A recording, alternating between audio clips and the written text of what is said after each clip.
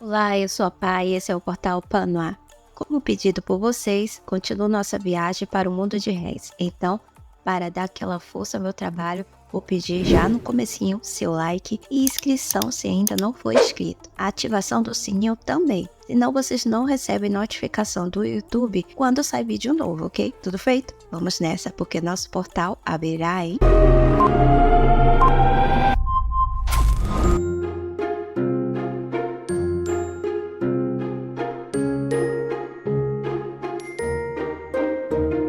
Reis percebeu que era impossível que Hélios não tivesse notado que os poderes de Diana estavam falhando. Ele não era tão ingênuo. O pedido feito a ela seria realizado com prazer. Afinal, Reis mal podia esperar pelo dia que Diana revelaria a verdade. No entanto, como Diana não aproveitou a oportunidade dada por Reis, esta estava determinada a mostrar a ela com quantos paus se faz um caixão. Como uma boa vilã, Reis não entregaria essa informação de bandeja. Ela adicionaria uma pitada de drama digna de uma novela mexicana a revelações. Fingindo lamentar não ter contado a Hélios antes, mas sim a princesa, Reis confirmou que não disse nada a ele porque a própria Diana a impediu, insistindo que ela mesma contaria ao marido. Hélios questionou se essa era a razão pela qual Reis havia mencionado a saúde do pai dele na última vez que eles se encontraram. Ela respondeu, revelando a sua previsão dada a Diana, que nos próximos 2 anos, Diana perderia todo o seu poder divino. Obviamente, Hélios ficou chocado, embora já tivesse suspeitado dessa possibilidade.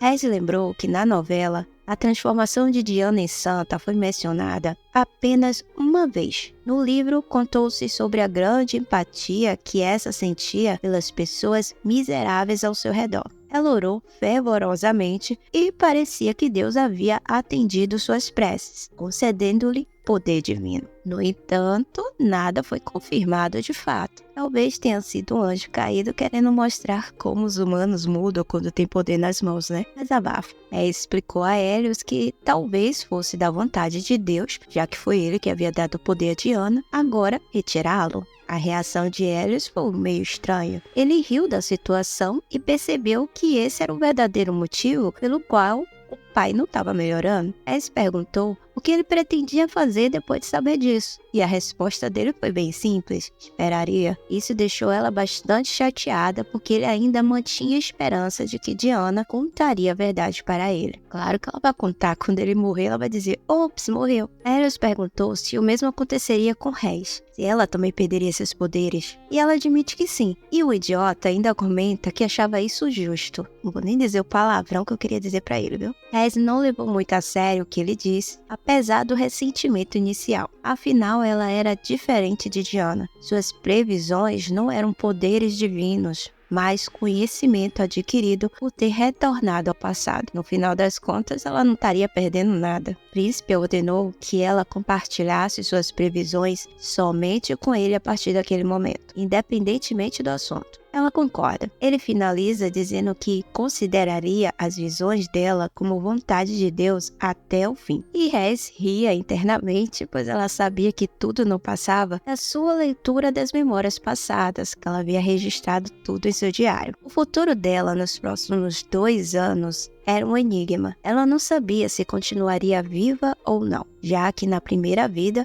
ela havia morrido. Enquanto isso, na mansão, nosso querido CEO, que agora levava uma vida de cosplay de desempregado, recebeu uma carta dos atores contratados. A carta, claro, estava repleta de bajulação, já que eles haviam ganhado uma fortuna em patrocínio. Queriam agradecer enviando convites para a primeira sessão da peça, onde seus sabonetes seriam inseridos. O convite incluía 2 lugares exclusivos para Kael e Reis. Quando ele contou isso à esposa, Reis ficou muito nervosa. O evento e a finalização dos sabonetes para a venda estavam bem em cima da hora, mas ela achou que tudo ficaria bem, mesmo que seu estado mental dissesse o contrário. Kael confirmou que eles iriam juntos. E essa notícia foi uma bomba na cabeça da nossa fanática. Ela não esperava que Kael assistisse o evento com ela. Pensava que iria sozinha como representante do marquesado. O resto do tempo foi gasto pensando nesse encontro, até mesmo quando ela ainda escolhia o design do vestido para a ocasião. E eu adoro como Dekima faz roupas combinando para o casal. Será que ele costura para mim também e para meus 2 gatos? A gente fica tudo combinandinho. No dia da peça, a Rez estava bem agitada. Eles dois estavam de roupa combinando, deixando claro que para todos que eles eram um casal e aquilo era um encontro. Ela não conseguia conter o nervosismo. Os atores os recepcionaram e Kael conversava com eles, enquanto Rez parecia estar em outro mundo, no mundo das fãs loucas. Ela não parava de pensar em como Kael combinava bem com a cor roxa. Na verdade, ela pensava que não existia cores que não combinassem com ele. E o desenho do traje feito por Dekima estava impecável, e ela não conseguia evitar esses pensamentos. Eu não a julgo, com um marido lindão desse eu seria igual.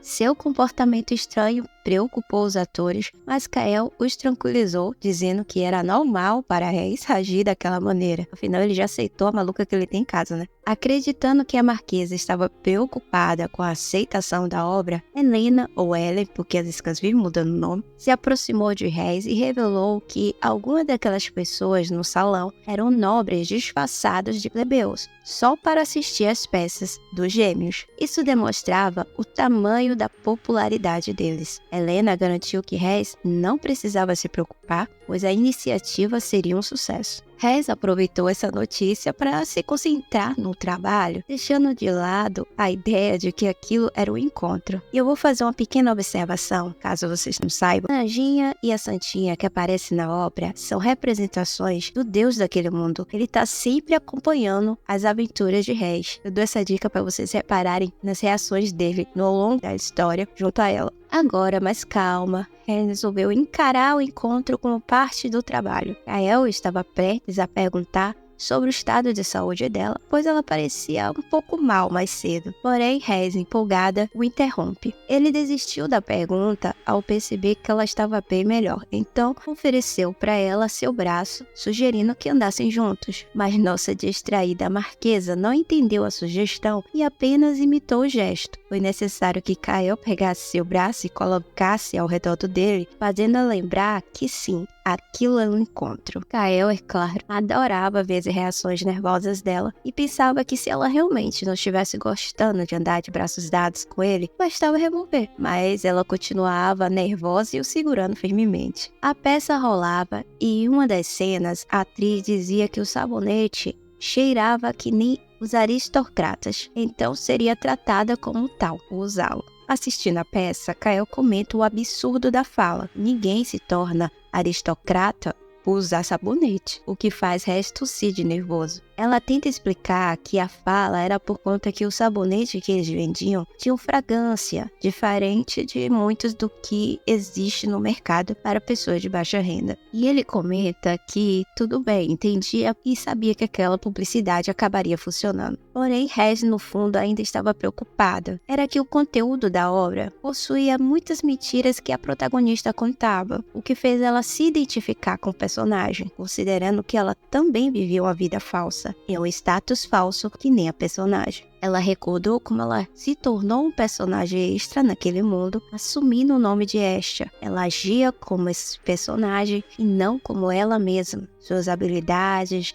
identidade, nada disso era real naquele mundo. E tenta se focar em não mais misturar a verdade com a ficção e não almejar um futuro ali que ela era apenas um personagem extra. Tudo aquilo era apenas uma atuação em prol do seu personagem favorito. E novamente, se comparando a personagem na peça, ela questiona se ela poderia ficar junto com o protagonista masculino até o final, da mesma maneira que a personagem na peça ficaria. Só que ela acaba assumindo que não acreditava que esse final seria possível para ela. Kael fica preocupado, pois percebe que as expressões faciais dela haviam mudado para um tom bem sombrio e depressivo. Quando a peça terminou, já haviam vendedores ofertando sabonetes que foram usados na peça e as pessoas super animadas com isso para comprá-las. Rez ficou feliz porque a peça tinha sido um êxito total. Os atores, que incluíram de última hora o sabonete na peça e refizeram todo o enredo em torno dele, foram ovacionados de pé pelo público. Ela já estava planejando enviar para outras lojas os sabonetes para serem vendidos. Kael estava ao seu lado, só lendo suas reações. Ele pergunta se ela havia se divertido, porque Rez, vocês sabem, né? Ela vive mudando suas expressões faciais. Ora ela tá rindo, ora ela tá irritada, ora ela tá emocionada. É uma mudança constante de humor em um curto espaço de tempo. Ela confirma que se divertiu, mas percebe que ele não parecia acreditar na sua palavra. E fica até com medo que ele não tenha gostado da peça, já que ele investiu tanto dinheiro nela. Porém, ele responde que gostou. Mas quando contaria o que realmente estava preocupando ele, os atores correram na sua direção. Eles estavam muito animados e agradecidos porque foi a maior proposta que receberam e a primeira vez que fizeram uma peça com aquele nível de qualidade. E não só ela, como todos os outros figurantes e pessoas da equipe da peça foram agradecer Rez. Kael, que não era bobo nem nada, foi se afastando de fininho para não ter que lidar com aquele bando de gente falando separar. Quando Rez foi ver o estado dele, preocupado que ele pudesse se sentir desconfortável com a situação, percebe que ele já estava lá do outro lado com sua cara de paisagem. Mas na verdade ele só se afastou porque ele sabia que Rez fez tudo aquilo e que era ela que merecia receber os elogios e não ele. Então ficou de longe, olhando orgulhoso as pessoas seriam agradecidas a ela. Porém, ele sacou que, quando perguntou a ela mais cedo se tinha gostado da peça, sentiu que ela não estava sendo verdadeira com ele, porque em vez de assistir a peça, ele passou todo o tempo reparando nas expressões de Rez. Ela não parecia emocionada, nem interessada, era como se estivesse em outro mundo, quase entediada. Ele viu um comportamento que até então nunca viu fazer perto dele. Ele não entendia se foi algo que ela se empenhou tanto, porque colocou aquela expressão no rosto como se nada daquilo a interessasse. Kael deixou explícito que ele acreditava em seu juramento, porém sentia que ela estava escondendo algo dele e queria muito que um dia ela revelasse o que era. Rez estava exausta quando finalmente se sentou em uma cafeteria junto com Kael. Ela teve que lidar com muitas pessoas e só conseguiu escapar quando os fãs dos atores se aproximaram. Ela diz a Kael que ele teve sorte em fugir primeiro, mas esse pensa que ele nem sequer fez isso. Ele comenta que mais cedo ela parecia muito cansada, porém Rez estava daquela maneira por conta dele. Mas resolve não dizer isso e relata que trabalhou demais por conta do desenvolvimento do sabonete e peça, mas que agora que tudo estava encaminhado, descansaria um pouco. Quando Kael perguntaria algo a ela, mais uma vez é interrompido por terceiros. Duas nobres que Rez ficou sabendo estarem disfarçadas de plebeus estavam sentadas ao seu lado na cafeteria e comentavam sobre a peça. Porém, elas começaram a falar sobre Hélios, como ele estava ultimamente assumindo as tarefas do imperador. Parece que a notícia sobre o imperador estar doente estava se espalhando, e o fato de ele continuar doente, mesmo com a princesa herdeira sendo uma santa de cura, estava causando curiosidade nas damas. Rez estava satisfeita porque já estava na hora desses rumores circularem, já que fazia um tempo que o Bel tinha caído doente. As garotas mudam de assunto e começam a comentar como era chato falar com Diana, e muito mais interessante conversar com a Condessa Erinis, devido ao fato de Diana, com sua visão torta, tentar obrigar as pessoas a andarem do jeito dela. As damas nobres não estavam mais se sentindo confortáveis ao seu lado. Então, o plano que Rez traçou com a Condessa Erinis estava dando muito certo. Porém, ela logo se tocou que aquelas eram notícias muito boas para ela,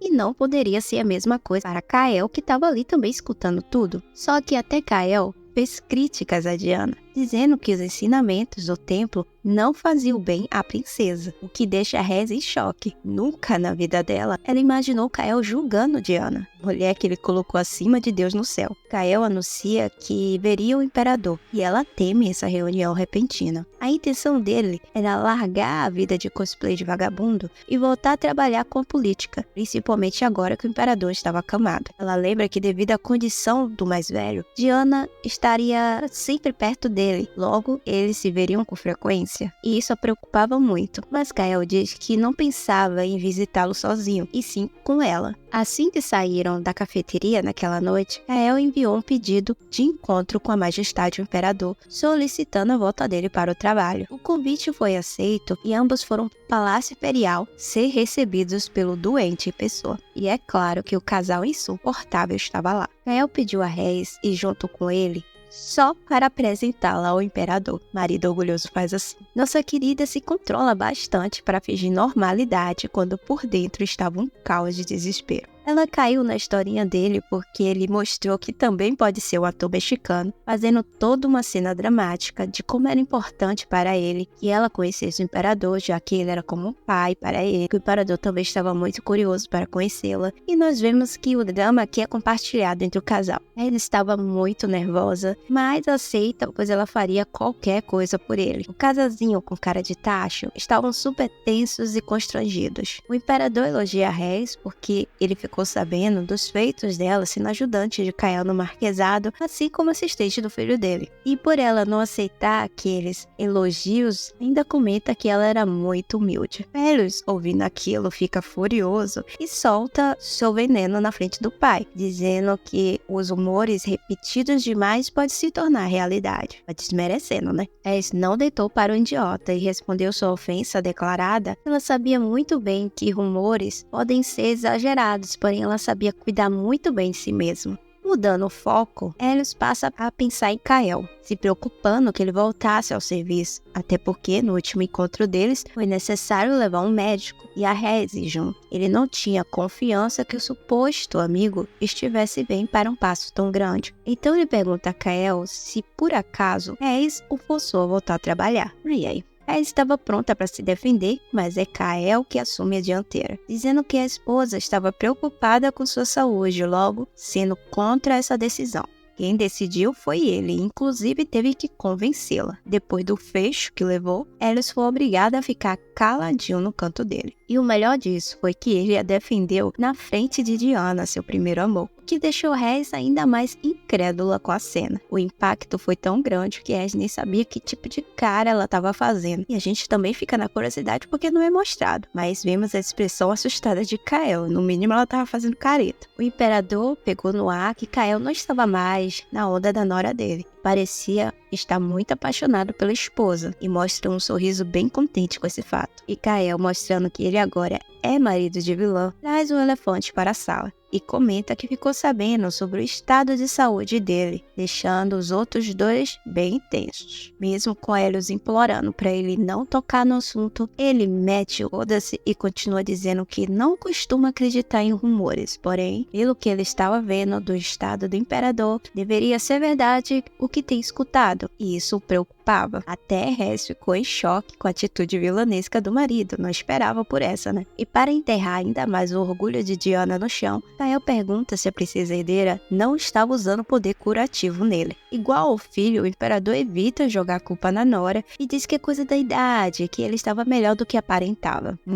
Sei. E até finge que tudo era para ajudar Helios a pegar a prática de ser imperador, para assumir seus deveres. É uma passação de pano aqui, credo. Vendo que o time ali estava disposto a fingir que nada de ruim estava rolando, Kael finge aceitar as desculpas esfarrapadas, mas finaliza dando uma tirada com a cara de Diana e Helios sobre como o imperador estaria seguro, já que tinha Santa do lado dele. E os outros dois sabiam que Kael estava dizendo aquilo, sabendo que Diana estava perdendo os poderes. Logo, era um deboche que somente o casal de talaricos reconheceriam. Rhys sabia que trazer aquela conversa à tona não era coisa que qualquer um poderia fazer. Somente Kael, que tinha confiança do imperador, poderia fazer tal comentário sem consequências ruins para ele. Rhys ficou até desconfiada se ele estava irritado pela atitude de Helios, e por isso mostrou que ele estava observando seus passos e dando-lhe uma advertência. Ela percebe como ele agia diferente da Nóvia. O jeito que ele tratava Helios atualmente se distanciava muito do passado, porque dessa vez ele não vê mais Helios como um amigo de fato. Ainda bem, né? Com a advertência dada pelo marido, o casal de Talarico só tinha duas opções: se juntar a eles como aliados ou ser seus inimigos. É claro que nossa querida vilã não iria deixar essa oportunidade passar e daria sua contribuição na vilania. Então, ela chama a atenção do imperador, dizendo que no estado que ele se encontrava, seria muito bom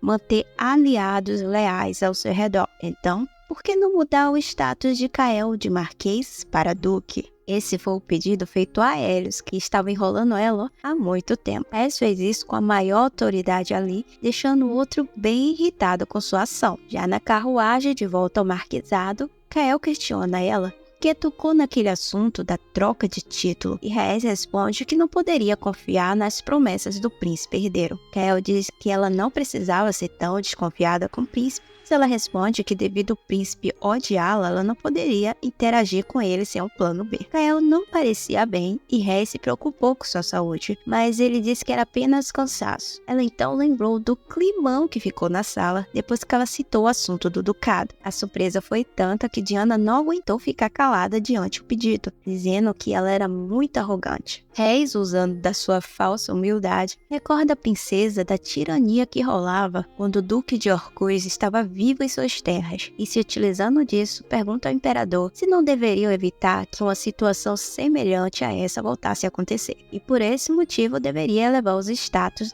do seu nobre mais confiável, fazendo com que a terra fosse cuidada e protegida por alguém de confiança. Aelius repreende nossa marquesa vilã, dizendo que aquele não era um lugar para falar sobre esse assunto. Só que ele estava com tanta raiva que solicitou isso gritando, e logo ficou envergonhado por ter passado dos limites na frente do pai. Não era com Aelius e Diana que Etia estava preocupada, e sim com a reação do imperador ao seu pedido. E para sua surpresa, foi bem positiva, pois ele adorou a atitude dela e elogiou Kael por ter encontrado uma boa companheira. Aelius não puxou o pai pelo visto. Rhaes fica toda sem graça porque ele disse que ela era perfeita para Kael. O imperador admite que ficou sabendo do estado que Kael ficou depois do que rolou entre os três amigos. Parece que Aelius havia escondido durante muito tempo o que Kael tinha passado por conta deles, e foi obrigado a contar devido a Rhaes, né? Ele comenta como ficou aliviado ao vê-lo melhor em sua frente, pois estava preocupado ao saber de tudo, e chamando Estia pelo nome e não pelo título, mostrando como já a tratava como sogra e nora, ele disse que teria uma reunião com o príncipe herdeiro para tratar sobre esse tema, e novamente a elogia por mostrar competência e ser assistente também do seu filho. Chupa essa, otário. Rhaes ria internamente de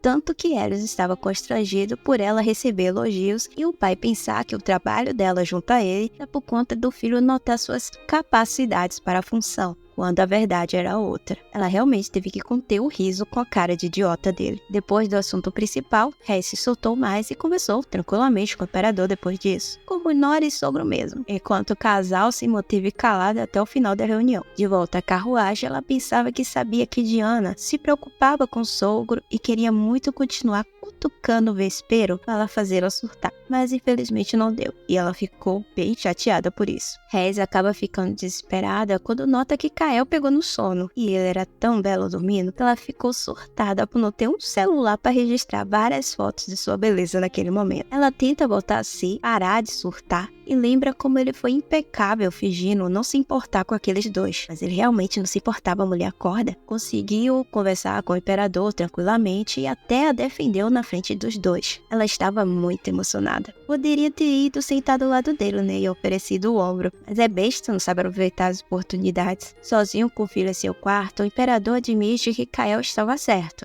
E como percebeu que seu estado de saúde era ruim e ele estava apenas fingindo. Aelius tenta argumentar, dizendo que Diana conseguiria curá-lo, ele mente até pro pai, não vale nada. Só que o imperador disse que já estava ciente que as coisas não estavam funcionando. Pede ao filho que não deixe a nora ficar se esforçando à toa, porque ele não era idiota. Todo dia ele estava recebendo o poder divino dela e nada mudava. Claro que ele havia notado que algo errado não estava certo. E diz que tinha algo a dizer sobre a nora para o filho. O que será? Veremos na nossa próxima viagem, claro, se vocês quiserem continuação. Se desejarem, deixa aí nos comentários que eu continuo abrindo portais para esse mundo. Agora eu me despeço e boa semana. Bye, bye!